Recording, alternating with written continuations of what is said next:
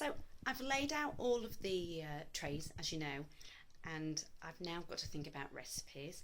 I've raided my cupboards. I've realised to do chocolate tiffins I need to go out and stock up on chocolate, which is fine by me. I can go and get myself some too. And one of the key ingredients I really wanted to do something with, because I love cherries, and I'm sure a lot of people that will be receiving these hampers will do too.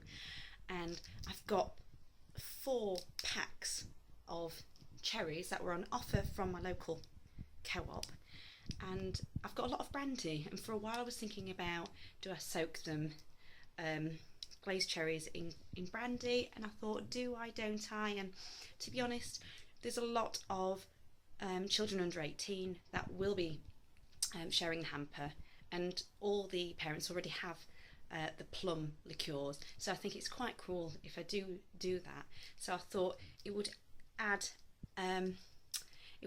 a lot more fun and flavour to the chocolate tiffins. Now I've been online, looked for chocolate tiffins, and I've actually come across Nigella Lawson's Christmas Rocky Road, and I think that's perfect. It's something a bit different, and to be honest, I think I'm going to have to make myself some Rocky Road. And one of my favourite times of year, like I say, is a month before, because while I bake all the ingredients, bake all the things, I get to do all the sampling. That is really exciting. So I will show you the recipe that I'm going to do. So if you want to do it, that's absolutely fine by me, and I'll tell you what it tastes like as well. So there's a link just there, Nigella Lawson's Christmas Rocky Road. I'll put the link in the down bar below. Nom nom nom. So if I scroll down, that's what it looks like. So it makes 24. It looks very Christmassy. So I'm really excited. So I'll be going to the shops later. A bit of blurb for it. If I scroll down, where are the ingredients? So I need some dark chocolate. I've got plenty of that, but I do need some milk chocolate. I've got the butter. I've got everything else. I'll be replacing the biscuits. I'm not going to get any special biscuits, and put any sort of ingredients that I want in. Hi, so I'm in my kitchen yet again. I've just actually finished editing the video of creating my Christmas hampers, or at least laying them out, and in that video I did 2 jars of Christmas muffin mix, but I adapted the recipe from the BBC Good Food website.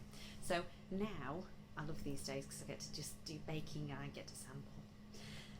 And now I'm going to do some Nigella Lawson's Christmas Rocky Roads.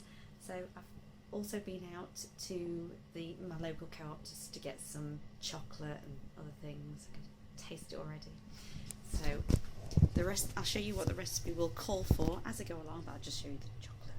So the recipe calls for 250 grams of dark chocolate. So I've got 100 grams in that one, and 150 in that one, and 150 grams of milk chocolate. So according to the recipe, it all needs to be broken into pieces and put in a heavy base pan, but I'm going to cheat and I'm doing it in the microwave and just doing it as short spurts.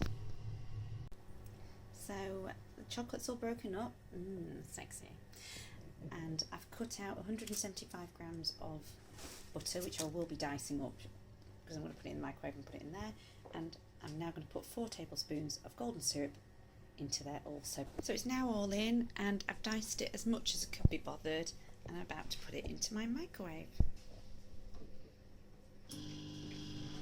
Probably should do it every 10-20 seconds. So while the chocolate's in the microwave, I've got 200 grams of digestive biscuits instead of amaretto biscuits because there weren't any in my local shop. I've put them in there. The recipe does call for this to be in a freezer bag, and I have done that method before, and you just bang it, but I'm just doing it a bog standard way of getting the bottom of my rolling pin and just going like that. So I've taken the chocolate out, and it's pretty gooey and it looks very consistent to me, so that's perfect. And I've crushed the biscuits, and it did ask for small but random sizes, so I think that's pretty random.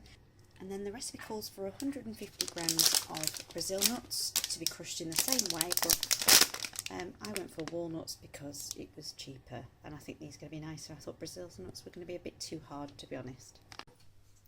So if you can see, I've put I've actually hand crushed the walnuts. I quite enjoyed doing that, and I've put them in. And then the recipe then calls for 150 grams of glazed cherries, but I've chopped them in half because I've got to put all of this mixture into there rather than the other way around. So I thought that'd be easier, and I just think it's going to be better to cook with. And then the recipe also calls for 125 grams of mini marshmallows. Now, no, these are definitely not mini marshmallows. Unfortunately, my local co-op didn't have any, so I had to use an existing bag of marshmallows in a large size and just cut them up with scissors. That was a bit boring, a bit on the sticky side, but we'll see how it goes. So the very first thing I've got to do is add this into the chocolate. So I completely mixed it in this jug. So because it got quite full, knowing very well that I've got to fold these two ingredients into there, I decided to transfer all the mixture into this big bowl so I had more room, and this is for me so I can have a good old treat. Very tasty. So I'm about to fold these in.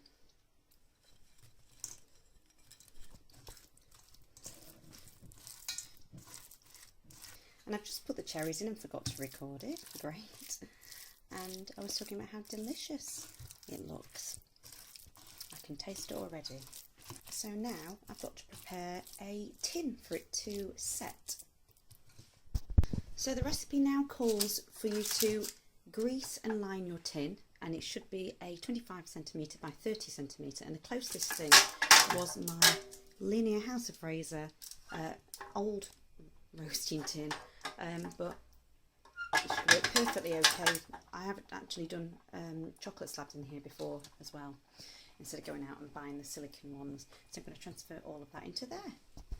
So I've smoothed the rocky road out as much as I can, and now I'm taking it to the fridge for 2 hours to set.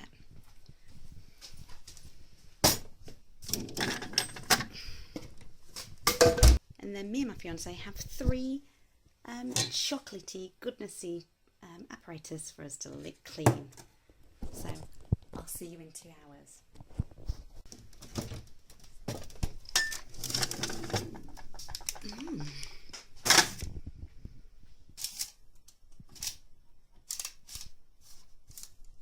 Hi all, it's the morning after, and I've already been to have a look at the progress of the rocky road in the fridge.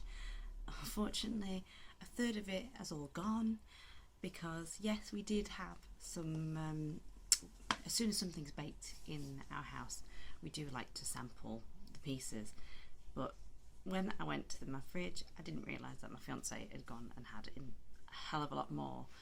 So I know that we were only baking some of them for one particular hamper, because we have to get that one organised well before the others, because it's got to take a trip down to Cornwall with my my fiance's parents. Otherwise, posting it in time for Christmas could cost about £10, and some could break in transit, and I didn't really want to take that risk. So I'm about to sprinkle the icing sugar dust to make it look even more Christmassy, and then I'm going to get my fiance to dig our Christmas decorations and our presentation bags that I usually just buy on eBay for 99p, and they'll last a year or two at least, 'cause we only use probably 3 or 4 presentation bags per family. So I'll show you that later, and I'm gonna try some more, because it was absolutely gorgeous. For those who are interested in doing any tiffins, usually I do one called a Malteser chocolate tiffin, which is on the BBC Good Food website, and that's the one that went down every year, and it gets requested every year. But I have to admit, this one that I tried last night, it's so much better than the Malteser chocolate tiffin. So the Malteser chocolate tiffin, that's history now. I'm not interested. And this one is actually much easier to make, because with the tiffin cake you have to then repeat the same sort of process. Just do a chocolate layer on top. But it should look pretty much the same. So I'll see you in a bit. Unfortunately, this is all we have left. But if you can have a look at the side, you can definitely see the cherries the marshmallows and the walnuts, but I have to say it's, oh my god, it's delicious. So I'm gonna do the icing sugar now.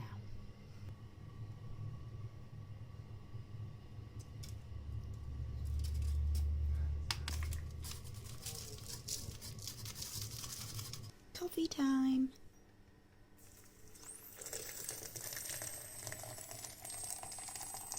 Coffee and cake, my favourite. Merry Christmas, everyone. So the icing sugar is all done, and I've cut a piece for me because you've got to treat the chef. And there you go, you can see that.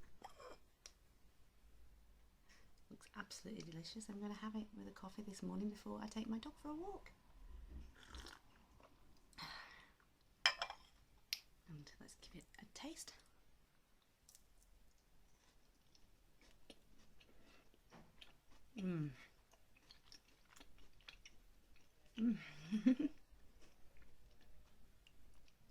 It's extremely chocolatey.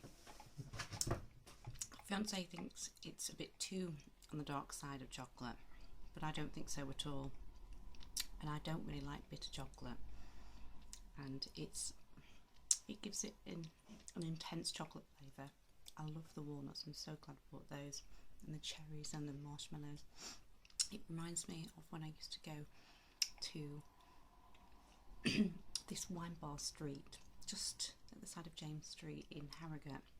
Can't remember the street. And me and my friend Liz, who used to manage Phase 8, we used to go there for a coffee and a cake, and we'd always order a Rocky Road, but it was very cakey, and I wanted to know the recipe, and I've been looking for the recipe for ages, and I've realised I don't think it's very cakey at all. It wasn't cakey, it's just the biscuits all crushed up. It gives you that impression.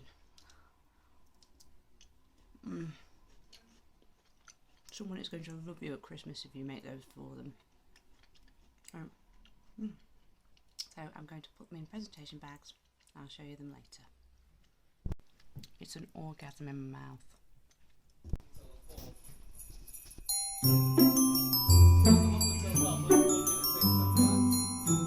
Audio Jungle.